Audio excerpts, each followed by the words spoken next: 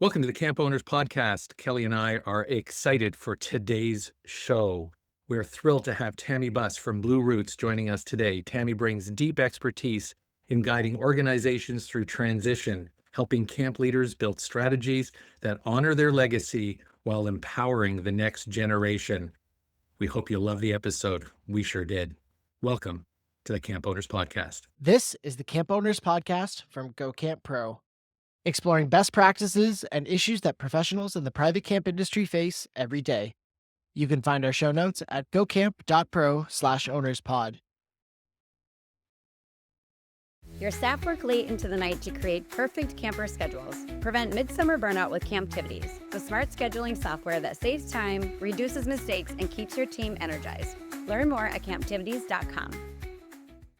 Welcome to the Camp Owners Podcast, a space for camp owners to talk about the unique aspects of camp ownership and get inspired by each other. We sit down with camp industry experts, leaders, and fellow camp owners, and of course, industry experts to discuss the big issues in the private camp world. Hi, everybody. My name's Howie Grossinger, and I am the co-owner of Camp Robin Hood in the suburbs of Toronto. Hello, everyone. My name is Kelly Schuna, and I am the co-owner and executive director of Hidden Pines Ranch Day Camp, located in Stillwater, Minnesota. If you are looking to find and subscribe to the Camp Owners Podcast, you can either find us online at gocamp.pro/ownerspod or by searching for us in your favorite podcast app. If you're listening to this and thinking it would be useful for other camp owners or aspiring camp owners in your circle, please feel free to send them a note to listen. We also want to give a quick shout out to our amazing sponsor, Camptivities. We appreciate you and love your support of our podcast. Hi, Howie. How are you? Hi, Kel. Great to see you again. Excited to continue this season 6 journey that we're on today. I know, this is great. Our listeners should know that we had a meetup in Canada recently, which was so fun. And so it was lovely to see you in person and now again online, but that was great to spend some time together. We did. We had a great time. It was tariff-free, which was always great. You know, those cross-border visits, very tariff-free and a ton of fun visiting our camps and being in Canada in the fall. It's always super pretty. It was gorgeous. Yes. Thank you for throwing that in there. You're welcome. Anyhow, we have listeners. We have to move on. Ciao, ciao. Ellie, I'm really excited about today's topic and our guest. I had the pleasure of meeting our guest, Tammy Buss from Blue Roots, earlier in the year in May. I was at a conference and she was a keynote speaker talking about generational businesses and succession and all the things that people in our industry are probably thinking about or should be thinking about. And many of us, and I know many of our listeners, are part of generational family businesses, because it's such a hallmark into our industry. And I thought to myself, when I met Tammy, we got to get her on here because I think it's going to resonate with a lot of people. So Tammy Buss from London, Ontario, Canada, welcome to the Camp Owners Podcast. Well, thank you for having me. I'm very excited. It's unusual to be on this side of the desk. That's exactly, yes. Because I know not only with your busy speaking schedule and your consulting, but you have a podcast and you're talking to lots of business owners who are going through what a lot of people in our industry are going through. But I guess our first question right off the bat, Tammy, where has camp fit into your family's life over the last several years? Well, as a kid, grew up in the 60s and 70s. We had a lot of day camps is what I did. We're a small town. Camps to me were at my, the farms and, playing in the barns and stuff. But my husband and I moved to a city, London, and had our boys while living in London. So they went to camp for the month of August. From the day they were able to go, and in fact, the youngest one was able to go earlier because he could go with his brother. And we had all there from age 7 to 15, every August free. It was amazing. And not only did we enjoy it, but they had so much fun. And they had lifelong friends and learned to do things that we would never, been able to teach them, and living in the city as opposed to living out in the country near the water and all that kind of stuff. So it's amazing. I think every kid should experience camp. Yeah. Well, thank Stay you for overnight saying that. camp is good, right? For sure. And our audience are a combination of all of that. And And I think that, I'd like to think with your boys, just as with so many of the kids who come to our camps, that the friendships and the skills and the personal quality, personal attributes they acquired that Well, lend yeah. themselves to their adult life are just so evident because of camp. And it sounds from our conversations that you can see the impact of camp in your own Oh, lives. I still have things they made me at camp that are great because they do all kinds of things. Like I tell you a funny story about camp. So, the first time they went to camp, you weren't allowed to go visit except for like a family day. So we drove the 6 hours it was to the camp, got there, had to spend the night so we could get there in time for the family day. And the kids came over for 3 seconds and left. Never went back. Right. So then being the mom, every week I would send them a package to camp. One of them had all the sports sections of the papers for the week, and one had all the comics for the week. And I would put in a self-addressed stamped envelope, a pen, and a piece of paper. And they were there for, I don't know, 10 years, probably 9, 10 years. I never got one back. And I sent 4 every year. And my husband said, "Why do you do that?" And I said, "Because I have to. Like Yep. maybe one of these days they'll actually write me back." Well, So I can never. tell you, you had our listeners at paper and pen and newspapers and comic books, because we are definitely navigating the camp industry through a very technological space here. But a lot of people would say, "Oh, I wish." My camp, when I purchased our overnight camp, I remember the daily newspaper was delivered to the camp every day. Mm. And kids would be looking at the baseball box scores every day. Mm. You know, Well, 20 years. again, when my kids went, I don't know if it's changed because my kids are in their 30s now, but when they were in camp, I mean, there was no radio, there was no communication. So the only thing they got was what I sent them every week was Yes, all the, sure. all the sports scores or, whatever happened. So they would have that kind of fun. And they never, by the way, just so you know, they never once thanked me. Oh, no. No, what I'm cracking up about is about the 3 seconds that you got when you came to visit. Because my son's coming home for fall weekend, and, he's coming home, and he's like, "So, I have this Friday, that Saturday, this Sunday." I'm like, "Oh, are we see?" He's like, Nope. "Oh, yeah, yeah." I'm like, "Oh, okay." Yeah. Oh, yeah. It's Yeah. still the same. I have Yep. a son that lives on the other side of the country. He's in the Navy. One actually followed in my family business, but the other one's in the Navy. And when he comes home, it's like, are we going to have dinner as a family? Like, because he's off to see all his friends and yeah, it Yeah. never changes. But you know what? It's good. You want them to be Well, having fun. And that's the whole point, right? And that's way better, right? Like, you want 'em to go to camp and not barely want to see you versus hanging on your leg at family Oh, dinner yeah. and you leave. Yeah, So that's absolutely. how we want it as camp people, that's for sure. So, awesome. So we're gonna talk about succession planning today, right, Howie? And sure. we have some great questions for you, Tammy. Do we wanna kick into questions, Howie? You want Tammy to kinda talk about how she got into this and what her specialty is? Yeah, why don't we just do a little bit of that, Tammy? How did you find yourself into this space where you're coaching and consulting with this very specialized aspect of operating a business? Well, I mean, how much time do we have? Because that could be a really long story. That could be a podcast all on its own. But really, what it started was back in the 80s. I was started in the insurance industry.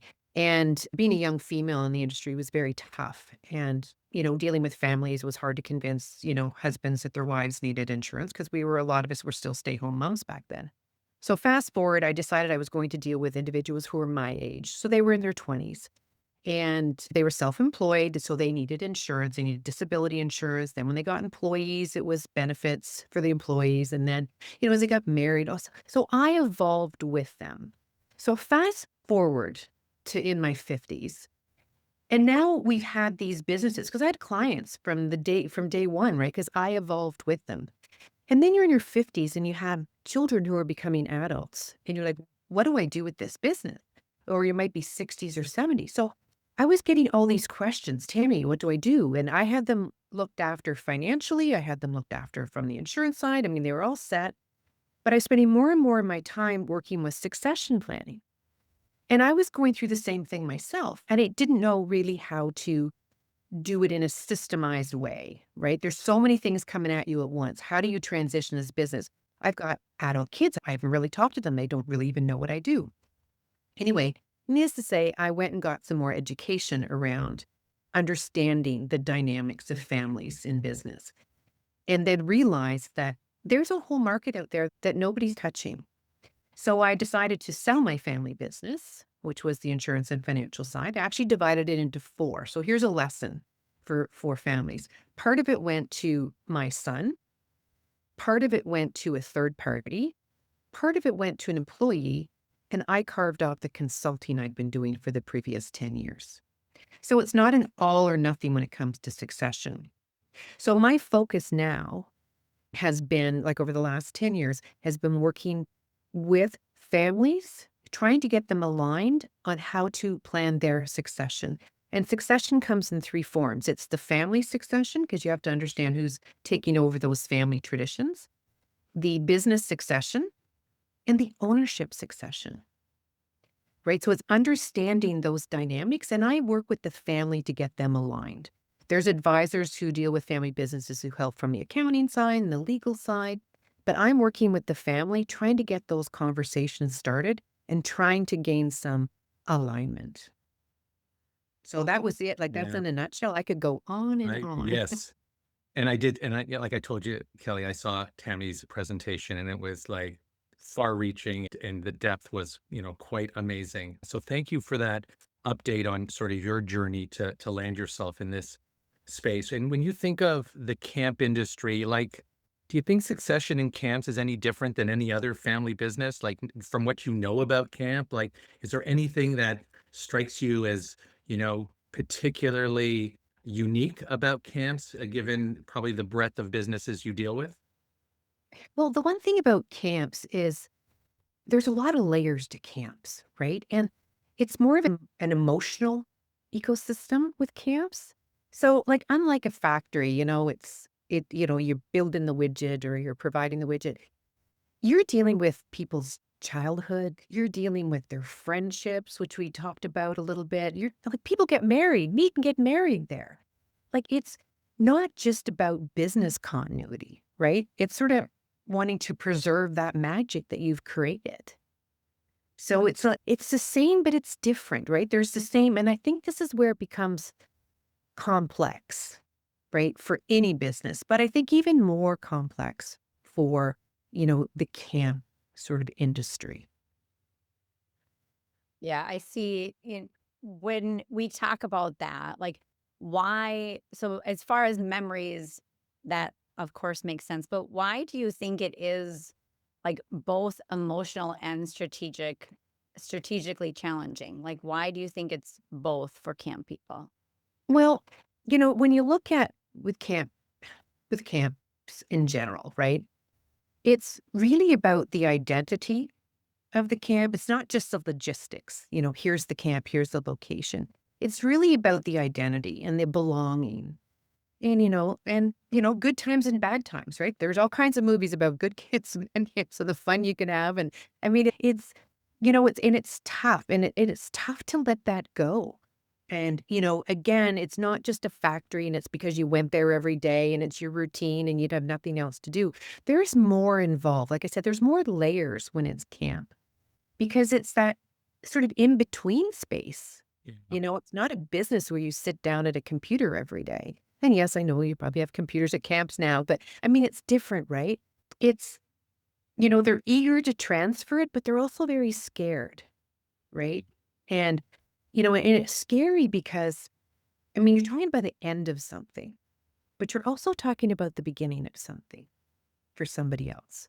So you really have to, you know, kind of look at this in between space, the excitement, the scariness. And that's really what I do, is to try to have those conversations to get that out there, right? I think, I also think, Tammy, for me, I think that one of the things, and you mentioned this just prior, earlier in your answer, is that as much as our own families generationally grow up and do this, our clientele, our customers generationally grow up with this and with Mhm. us and our families. And that's such a unique thing because, whereas your example of the factory, we may buy the product from the same supplier every time and trust them for the quality of what they do in our home to keep the studs in the wall together. We're taking care of other people's children, and those relationships and the customer service, they have a vested interest in what we plan to do as well, right? It's not just inward eyes, it's the outward observation of what we may be doing with our businesses, because they've been so invested, not only financially, but emotionally. And as you mentioned, I mean, all of our camps in this industry have these wonderful family trees of relationships and marriages and, all these things. So, that really resonates with me. That's why I think, you know, this notion of when to start thinking about this and when to start really considering it. And as I've said to our audiences before, my family's in the middle of a third generation transition currently. And and all the learning from the previous transition is being applied to this one. And people are very curious and ask all the time, Howie and Sari, when will be your last summer, at camp? And I'm not ready to do that yet. But the Because there's so point, many relationships there, yes, right? And they're years and years and years. It's not just like a customer that you've had a really great relationship. You've been buying that widget from forever and the service is great. The quality is great. These are relationships you're building. Every day is a different day. You're not building the same widget every day. You might have the same structure, but every camper is different and their experience is different. And their relationships are different and your relationship with them is different. And your camp counselors that have come through there. Like it's such an emotional, like I said at the beginning, it's such an emotional ecosystem. I mean, there's so much happening that it's difficult to take over that from that legacy perspective, but also to let that go. Yeah, So it's it's so very personal. difficult, right? And It's so personal mm, that I think it often feels like another child or member of your family. mm. It's generally the firstborn and the Firstborn. favorite child. Okay, there we go. Yep, it's firstborn. It's firstborn. And Firstborn generally, and the Yep. favorite by far. the favorite, but then also the one that the other children are like, oh my gosh, their favorite Mhm. firstborn, right? Yep, I, absolutely. I've been thinking too lately about camp owners, and I read something recently and just talking about being successful in camp means that you are filled with passion. Hmm. And that, I think, for camp owners is what the driver is. Like Mhm. they are fueled by passion. And I think to think about that, emotion and the strategy of how do you keep that passion going and find someone, or is the passion going to be the same? Like that just really resonated with me, as that passion has to be there. And so it just feels like this extra layer of, like not pressure, but like something you have to check a box of. Or how do you filter for pressure, right? Or for passion? Like, how do you know that that's Yeah. interesting? Well, and that's a hard thing when it comes down to succession planning, because you think about it in, years gone by, the succession was it goes to the oldest kid. Here you go. You have no choice. You have to do it, or goes to all, like there's no choice. Now there's a choice.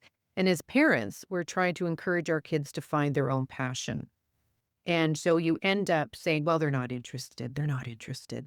But my role as a family business advisor is to talk to them. And I can't tell you how many times your children, and they could be adult children. I'm not talking like 15-year-olds or 10-year-olds. I'm talking 30 and 40-year-olds who said, well, I was never really asked.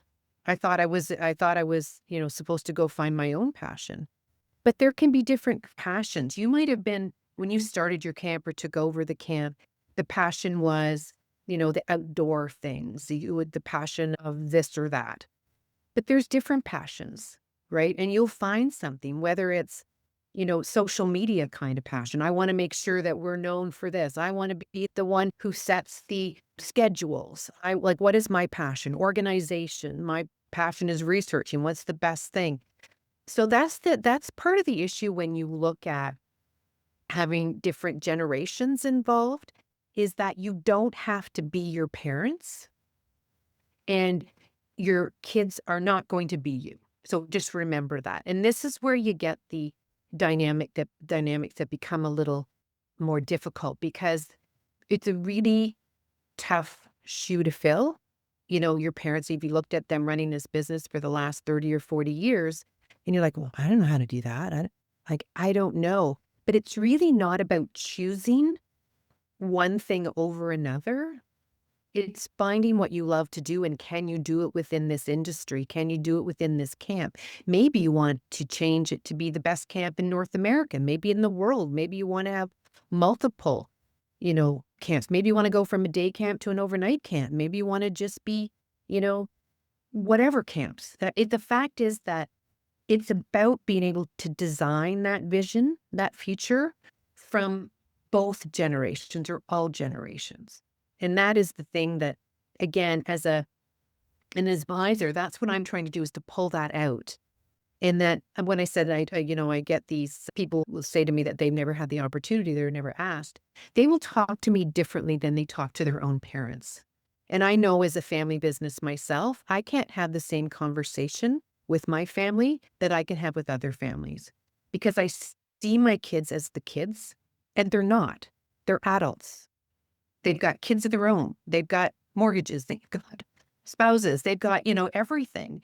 But it's hard for me to take the mom mind out, right? So as an advisor to families and helping them start the conversations, all I'm doing is helping them see where the opportunities lie within those generations, and saying, you have a passion. Let's find out what that passion is. And can you apply it to this 40 or 100-year-old business that's in your family, instead of giving it to somebody else to run with? Like, is there an opportunity before you let it go? And if I could just throw a statistic at you for those people who like lots of stats, it was in the US, I think it was last year, maybe 2023, 2024, that 96% of business owners regret selling their business within the first year. And I think that, yeah.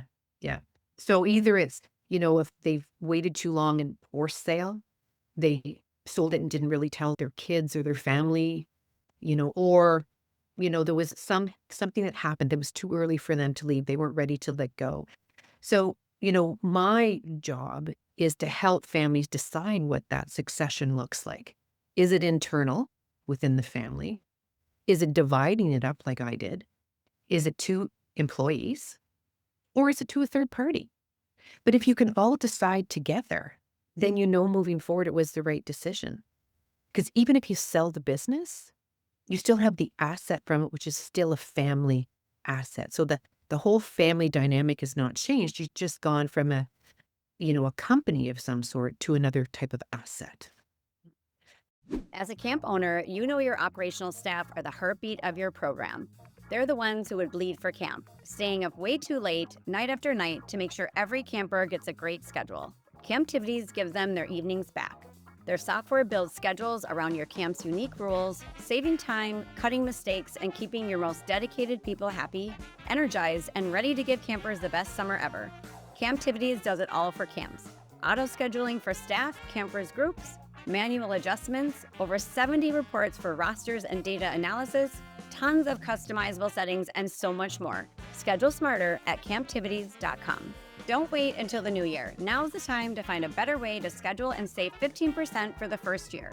Camptivities would love to show you the next big thing in camp. Visit camptivities.com to set up a time to chat. Let Camptivities help you get away from your desk and back out to camp. I attribute this with hearing you talk about, and Howie was nodding, like how the kids or the family can talk to you differently than the parents. I attribute it to, like, when your kids talking about coming to your camp, and whether they're like, yeah, I want to come to camp, or them telling you, like, I want to go to a different camp. And then as a parent, you're like, oh, okay, great. You don't move for a camp. Oh, that's awesome. So, like, you can take off the like fake like purse lips, like, Yeah. lovely. There's no emotion there. So they can feel, I think, more free to express, and you can hear it differently than we might hear it through our Right. Emotional lens. And that's the very first thing we do, is we talk to each of the family members independently, and then analyze it, bring it together. And as a family say, here's some themes that are consistent that I think you need to work on. So here's the recommendations. So the family can then take those recommendations and work on it themselves Or they can hire a family business advisor like myself or somebody like me to come in and facilitate those conversations to keep it moving forward. Because it's like, think of it as, you want to lose weight, you want to get into shape. And so, you know what you need to do at the gym. You know what you have to stop eating. But sometimes you just can't do it unless someone's there with a whip, saying, okay, do 2 more reps. Okay, now I want you to do 5 minutes on the treadmill. You should do that. But it's like that pile at the corner of your desk. It's going to sit there till it's like got dust on it because it's not your passion, but it's necessity. So to have someone to help you move that along, to keep those conversations going, because the last thing you want to do is to have a regret that you've made the wrong decision, but also blow your family apart because you haven't even talked to them about it. Yeah, I feel like I'd be curious, Kelly, like, for those listening who've been through this before and have completed a transition or starting to think about it, just how many people in our industry are using someone like Tammy to facilitate this? Because, Tammy, for me, the word that came to me, Tammy, was the role that you play in being this resource to a family thinking about this is just the accountability that you Mhm. create for the hard conversations, for the homework that needs to be done, perhaps even, let's call it the soul searching that everyone has to do about how invested or not invested want to be honestly upfront with the rest of the family about. And sometimes, I think just as general behavior, we put off those most difficult conversations with the people who are closest with us. Absolutely. It's the nature of Because you what know happens. them. You know it. You supposedly know what they're Yeah, thinking. You know they're not interested. yeah. Like so here's an example. I have a farm family, so it's not a camp family. It is a farm family, and 3 siblings own it. And the next generation after that is all females. All females. All 5 of them want to be involved. So there's 5 females, and they have never been asked. And so one's a lawyer. Like they've got all kinds of diverse backgrounds. And the family says, "Oh, they've got other things. We don't want them in farming." And so my role, I've been brought in by the next gen to have the family open up because they are interested, but they can't get that seemingly through their parents and their siblings that we're interested. Yes, we don't want to drive the tractor, and yes, we don't want to plant the soybeans or whatever, the corn, but we're interested in the business, and we're interested in as a different, maybe it's land ownership as opposed to actual farming. Like you have to be able to open up and talk about what are the opportunities. Yes, my passion is not, you know, being the outdoor camp director, but I'm passionate about providing education, or I'm passionate about, you know, having this last for generations. You'll find something. But again, if the first generation, because again, you got to remember as a first generation or second or wherever, whatever the leader generation is right now, they've had 40 years of doing it their way, Mm. and a lot has changed.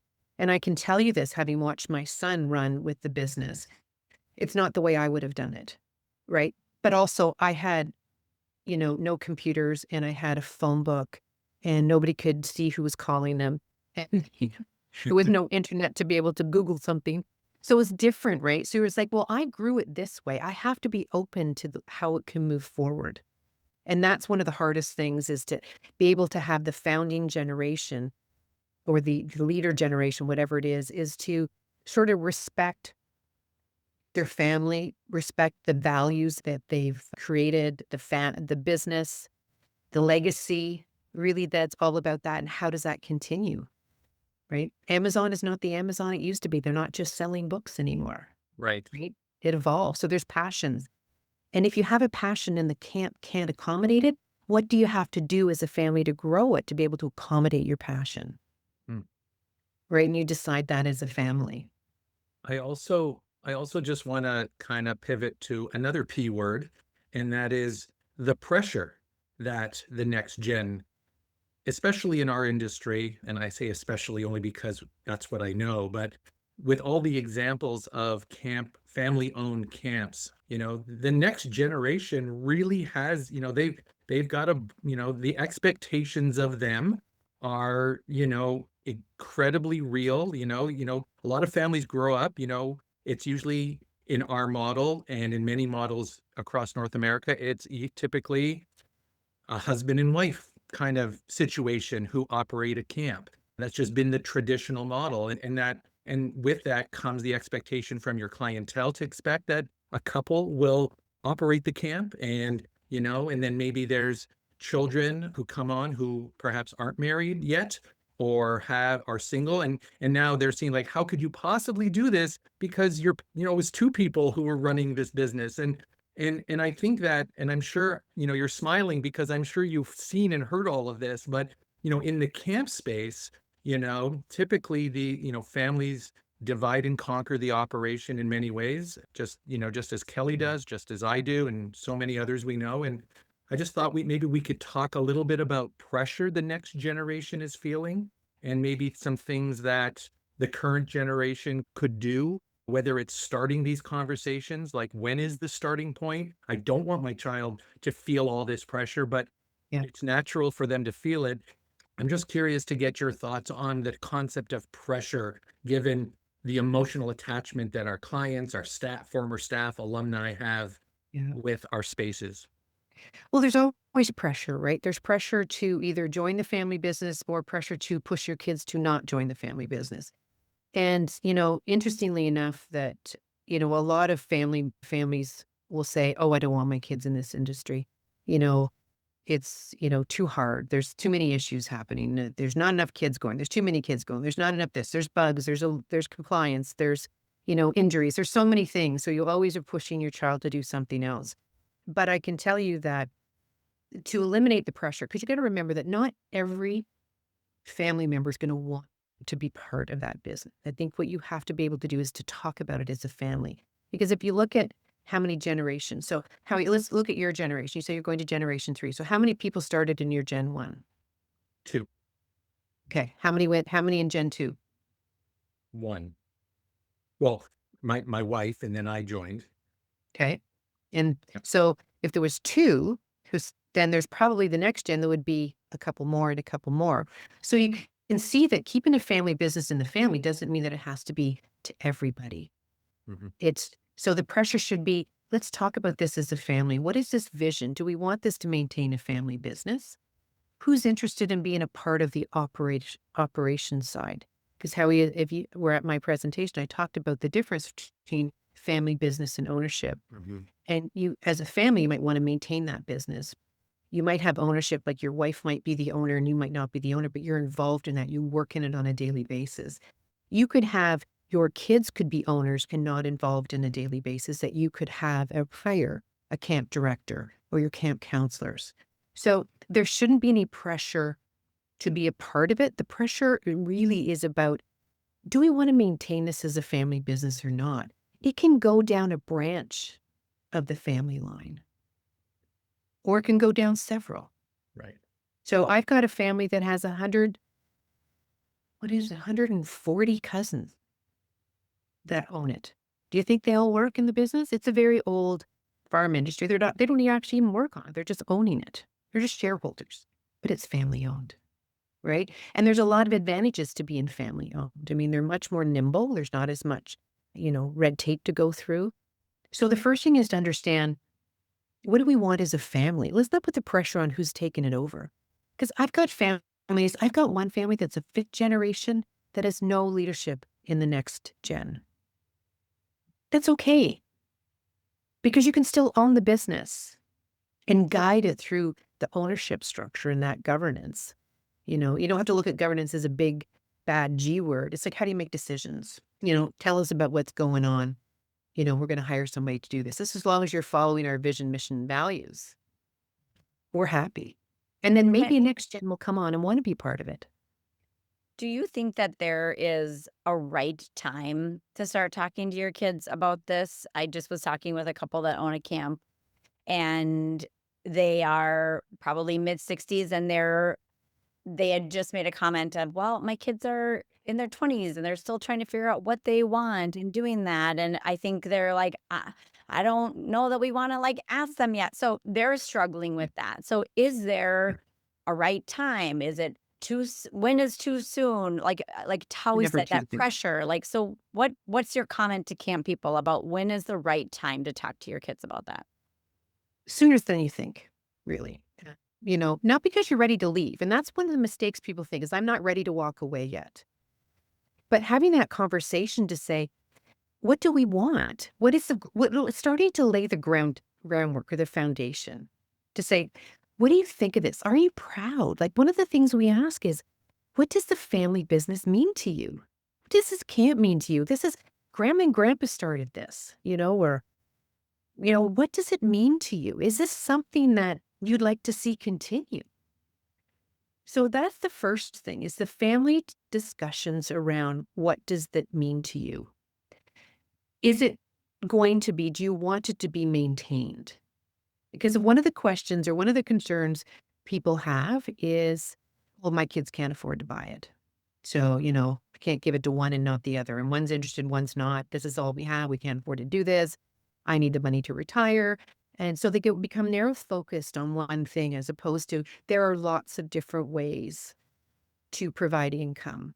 There are lots of different ways to run the camp, to guide the camps and not be involved in day-to-day operations. You can own the camp till the minute you pass, but if you have no groundwork and no expectations for your family to know what to do or why the camp went to Kelly and not to Howie, like, how did that happen? Or Howie was the one who wanted it and Kelly didn't want it. She ended up with it. Now they don't speak. The family's torn apart. So how do you do that? So just as example, I had a family, it was two siblings. And it was the question, what do we do? Because mom wanted it to be equal. Dad wanted it to be fair, right? Equal isn't always fair. So we brought everybody together. It took 4 years of meetings to get everybody on the same page. And everybody's totally fine with the decisions because we've gone through every scenario. What does that look like? What could we do? How could we expand? What needs to happen? And what role would I play? What does being an owner without operating in the operating company look like? And then eventually it's like, yeah, this is how it's gonna play out and everybody's happy. Doesn't mean that you're walking away today. But you know what? Accidents happen all the time. People become sick. So you don't necessarily say I'm going to exit on this day, but it's kind of nice to know if the family knows what's to happen or what's the expectations. You might say, well, look, I'm not interested in working day to day right now because I love what I'm doing over here, but I need to understand the business. I need to understand what you're doing so that, at some point I probably will come over, when my situation changes or when I'm ready to leave the city and come back out to the country or whatever. But you have to have those conversations. And when you get personalities involved or, just understanding people, they might not give you the answer you want to hear. Or maybe one says everything and one says nothing. And then you're like, well, they don't say anything. So there's no point in talking to them. It's only their way. They don't listen. So it's all about the communication, really. Shouldn't be any pressure at all once you start talking it through. You covered so many things that I think probably resonate with people listening to this. I know even our own journey as a family, all those things really, make me feel like some of the things we've done, we feel really good about doing, some things that we know we're planning to do, some things that now are on my radar to see that they happen so we can do that because, at the end of the day as parents, and if it is involving your own kids, is ultimately you want the family to endure in the ways that you've always dreamt it to endure. And I know for some families, and we've had discussions, Kelly, even on this show with different models of succession where, first previous generation just doesn't want even the potential for anything to go wrong. So they've gone another path and have decided to take care of things in a different way. And I think this conversation really, really is great. Tammy, talk, first step, I think someone's listening and says, I got to find someone like Tammy or maybe Tammy. And I know we'll talk about how to contact you later, but is the first step to, get some good coaching before we bring it to the kids or bring it to whoever the next generation is? I think, can't people, operationally, can't people like steps to execute certain things? Mm-hmm. It's just our nature, the first day, plan and all that stuff. So if you're giving some advice about, a family that's considering this is, what's the first step? Well, the first step is to have a meeting, bring everybody together, and make sure it's structured, that you have a list of questions, and don't just say, "Are you interested in the family business? Do you want to take over the family business? What do you want to do?" Again, you want to talk about one of the first things we do after we do discovery, which is asking all those questions. You ask questions around the business, the family, the ownership, because they're different. I can be an owner and not work in the business. I can work in the business and not be an owner, right? There's different ways to look at this.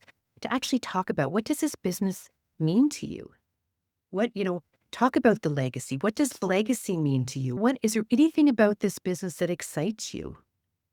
Like, there's a few questions to ask just to get the conversation going.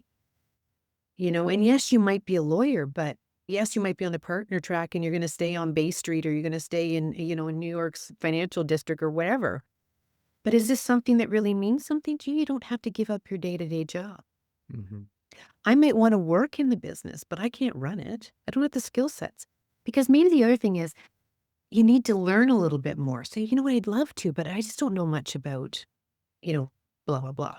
Well, look, why don't you come to a couple of meetings with me, or, we'll pay to have a little more education in this. And just do that and take it step by step. But it's got to be consistent. So, like I said, one of the things that we do is we ask all these questions, we analyze them, we give you a package that says, here's what you need to work on. You can do it yourself. Go to, like how we go to a place where I was speaking, take notes, run with it yourself. If you have a problem, call. Hey, Tammy, I'm stuck on this. What should we do? You don't have to have a family business advisor with you holding your hand the whole way. I've worked with families for a couple of months. I've worked with families for years. It really depends on the level of help you need, the complexity, of what you need, who the people are. Some people can do with no help at all. And they make it sound so easy, and you think, oh, what's wrong with me? Our family's so dysfunctional, we can't even have a meeting without everybody storming out. Right? Like, it happens. I working with a family, they said, oh, we tried to have a meeting and it lasted about 3 minutes and someone stormed out. So we thought we probably should bring you in. And they were there for 3 hours and they were like, oh, we got so much done, right? Because I'm the boss, right? So if you're finding that's not happening, get the preliminary steps. Then people are all on the same page. And then someone might take over that ownership of those meetings and organize it and set the agendas and get everybody's input. But the thing is, you got to start asking them questions, and all together, bring them all together. What does this mean to you? So just to reiterate too, in some situations, you're along for the whole journey, Mhm. or you're just Oh, there in the forever and ever. beginning, forever and ever. And then in other situations, it might just be in the beginning. And then what is sometimes that next step or that next person that they would bring in after you or along? So my role is the families, to work with the family. So let's assume we find out that there's someone with a gambling issue or a drug addiction or a mental health issue. Then, my role is to then bring in somebody else to help. So I'm like the quarterback, right? I don't actually solve the problems. I help you figure out who you need to help you solve the problems. If Mhm. tax is your biggest concern, well, let's talk to your tax person, because a tax person is different than your accountant, right? If you're cross-border, you're international, we need experts on this. What about the legal side? What about your financial side? So I work as the coordinator of all of those, making sure that they know what the family wants, because in a lot of cases, the advisors are dealing with the person who makes the decision. Maybe it's the dad or the mom or the CEO, and they're getting that perspective. And they go, yeah, that's a great idea. I think we should do an estate freeze, you know? And then turns out really they shouldn't have, but they did it for tax purposes. So it's about understanding the family so that the advisors can do the best role for the families. And that's really my part. So advisors get brought in all the time, or they're already there. Yeah, and I think that one of the things, that has helped our process in my own family is the current person that we're working with, just the relationship they've built with each of the parties, so that when a dynamic issue occurs or there's a frustration or there's a need for clarification, Tammy, I think that the role of the person, like you in any of these situations is their ability to build an individual relationship with you to be able to call and say, listen, I just had Mhm. this moment with, my parent or my dad. What And do I say? Oh my God, I just got this text. yeah, and I'm sure you have lots of Oh, stories of getting God. those, but I A think whole other podcast. yeah, for sure. Because, at the end of the day, for those of us in a situation in camp where you're not only the parent, but the boss at this current juncture, what hats are we always wearing, and when does it extend beyond the confines of your office into a family gathering or things of that kind? And I'm sure, Tammy, you probably have another Do you podcast. remember my hats? Do you Pardon remember me? my hats? Do you Yeah. remember my hats? Yes, I Yeah. do. So at the family meetings, when you ask a question, you ask it from the hat. I'm asking this from a family perspective. I'm asking this from an ownership perspective. I'm asking this from a business perspective, because that's a different answer that you're going to get if you're asking it from this perspective. So it's that educational part at the beginning so that you can run these meetings. Maybe you need me once a year to come in just at one meeting just to make sure everybody's on the right page. At the beginning, maybe you need me once a month to get the ball rolling, right? It really, really just depends on where you are in your journey and what help you need. And sometimes you think, well, family businesses don't really want to disclose their family issues, right? So that's one of the issues. They like to keep things close to the chest, but it can cause a lot of problems for the family moving forward if they're not sort of. I mean, you don't have to tell them exactly the dollar amounts or anything, but you have to give them an understanding of what's happening, right? So they can make their own decisions. And that, and just to know that they're not alone. Like there's a lot of advisors out there to help, and it takes a team, right? It's a team. And just think of me as the quarterback. I love that. I think that's a really great analogy. That is not what I was envisioning in my head, so that makes it so clear. Tammy, we have to be respectful of your time. I really think we might have to twist your arm and ask you for a part 2 because there were so many great questions that we didn't get to. So you're going to simmer on that, and we're going to email you because really, I want to keep going with this. But in essence of time, in your respectful next family meeting you have on your schedule, we need to wrap up. So we always want to be able to make sure people can get a hold of us and our guests if they have follow-up questions. So, Howie, what is the best way for people to get a hold of you? People can just email me. Howie at camprobinhood.ca is the best way. I look forward to connecting with people who have, future show ideas or want to check in. I welcome any and all outreach. Lovely. My email is Kelly with a Y at hiddenpinesranch.com. But the most important person we need to ask is Tammy, how can our listeners get in touch with you? It's Tammy at Blue Roots, the color blue and roots, one word, .ca. Remember, we're Canadian. Or you can reach me on LinkedIn, Tammy Buss. We're everywhere. And don't forget to listen to our podcast, The Business of Family. So not only will you get the camp, but you'll also get some advisors and listen to other family stories as well. That's And great. I love that resource. amazing. And we're going to put it in the show notes for sure. And we'll make sure our producers have all that information so people can reach out to Tammy for sure. Kelly, Tammy, this has been wonderful. Tammy, it's so nice to reconnect with you and have you Thank join you. us today. Kelly, just so much to think about. And, you can ask, you have, I could just see, I know the way you operate. I'm It's all spinning. spinning. Oh, It's all I'm like, where were you for my husband's family like 10 years ago? Me. Kelly, this is what I hear all the time. Really? It's what I hear all the time. So Really? we need to fantastic. get this information out there. Yeah. So people can start to look at things differently. Yeah, that's great. Well, we want to thank Captivities for being our sponsor, so supportive of what Kelly and I do, and thanks to the crew over there. Please don't forget that you can find all of our show notes at gocamp.pro/ownerspod. You can find the resources that we mentioned in this episode and lots of good stuff there from our show and other Go Camp Pro podcasts out there. We hope you'll listen to them as well. We hope you enjoyed this podcast. Tammy, Kelly, thanks so much. Great to see you. We hope you enjoyed this episode, and we can't wait to share with you the next episode of the Camp Owners Podcast. Take care, everybody. Thanks for tuning in to the Camp Owners Podcast. If you like what you heard, please leave us a review on Apple Music or wherever you listen to podcasts. And don't forget, you can find our show notes at gocamp.pro/ownerspod. The Camp Owners Podcast is part of the Go Camp Pro Podcast Network. Find a podcast for camp pros of every age and stage at gocamp.pro/podcast. Hey, Camp Pros. We love that our industry is built on sharing. In order to foster that spirit, if you've gotten even one good idea from a Go Camp Pro podcast, a masterclass, from the Summer Camp Pros group on Facebook, at a conference, or wherever else, we ask that you give credit where credit is due. That way, we can encourage camp pros to keep freely sharing their brilliant ideas and make the camp industry better. Thanks very much.